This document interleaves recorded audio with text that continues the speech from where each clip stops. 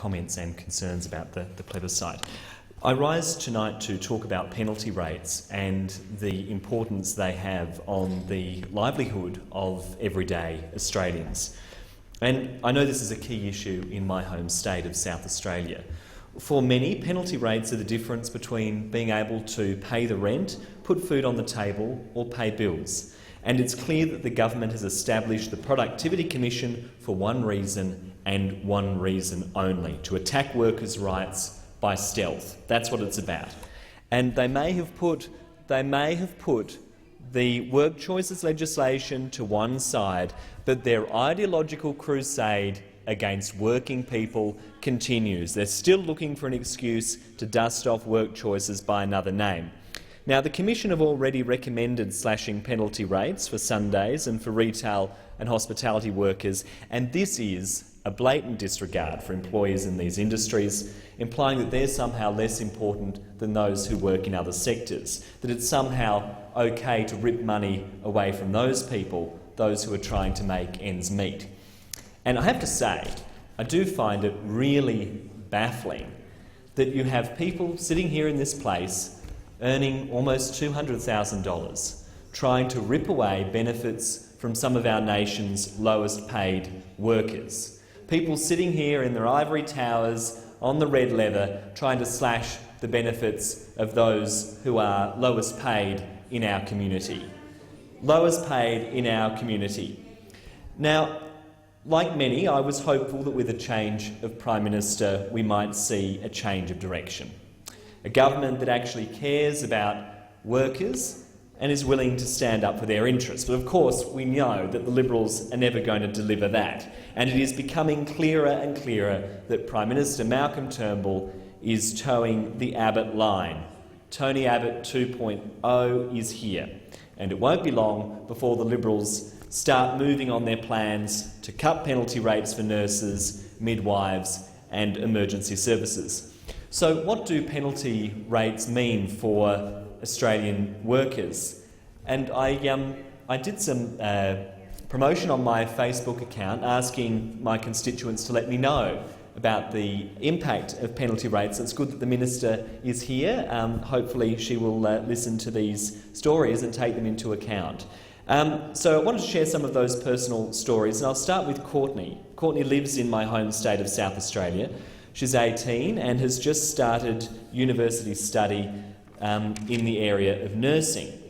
And she wants to make a start in her profession, but before starting her degree she's had to spend thousands of dollars on studying costs. Further adding to this pressure, of course, is the government's deregulation agenda and the cut of the student startup scholarships. Now, I can't just lay the blame at the feet of the coalition there. We've heard a lot about dirty deals, but who could forget the dirty deal done dirt cheap at the 11th hour of the final parliamentary sitting last year, when Labor and the Liberals worked together to scuttle the scholarships and turn those into HECS loans, a dirty deal that students have had to pay the ultimate price for. But I'm not talking about the Labor Party's capitulation to the Liberals tonight.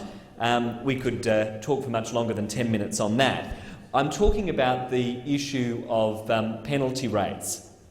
And university students can't work a standard 9-to-5 job as they struggle to balance the competing priorities of work and study.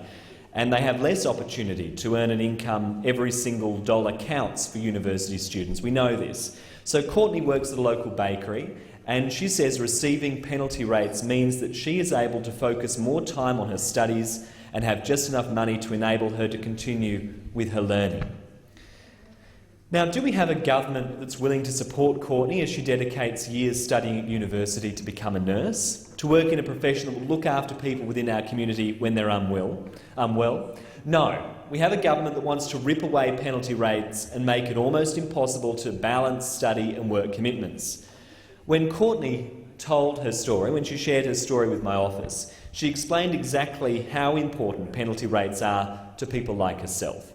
She said, without penalty rates, studying will be something I will either have to completely remove myself from, or something I will have to put off until I have the savings ready and can begin the process of full-time study with part-time work. Students shouldn't have to choose between study and being able to make ends meet. Penalty rates recognise that hundreds of thousands of people work unsociable hours, particularly young people, I have to say, Mr Acting Deputy President. People like Matthew, also a South Australian, who's worked in garden centres for a number of years. It's a labour-intensive job that requires unique skills. And some people might say, why doesn't he get another job? That's probably the argument that would come from those opposite. But Matthew says he doesn't want to get another job because he loves what he's doing.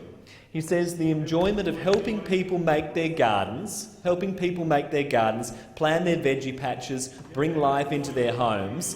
It's brutal, yes, but it's so satisfying getting home sweat, soaked dirt, crusted with bloody hands. You've moved hundreds of kilos of ceramics, balancing them carefully in people's cars so they can spend the rest of their weekend getting money. I truly love it, which of course leads to, if you love it, then you'll do it without penalty rates. But I won't, he says.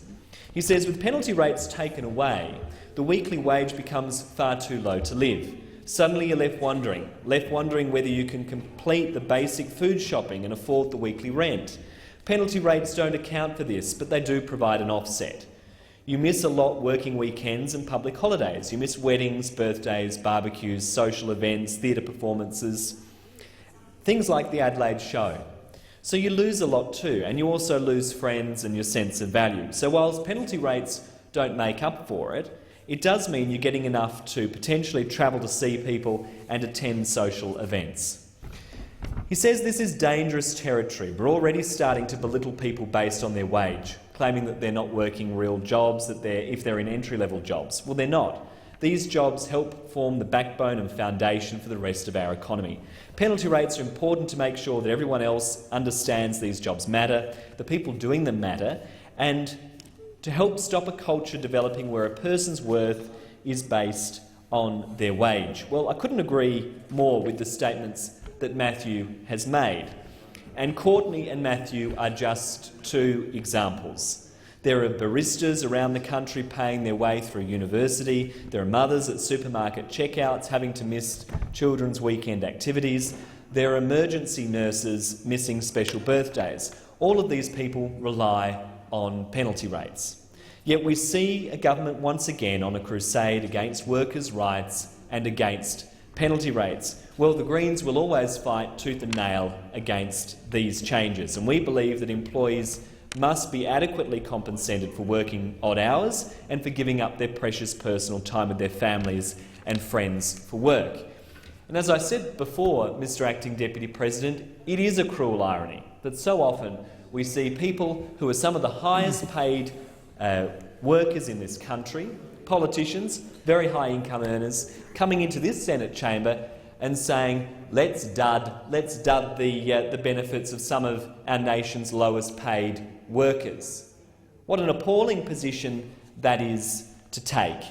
Our nation's highest paid workers coming into this chamber, those opposite coming into this chamber and saying, let's slash the benefits of working people. Well, it's a deplorable position to take.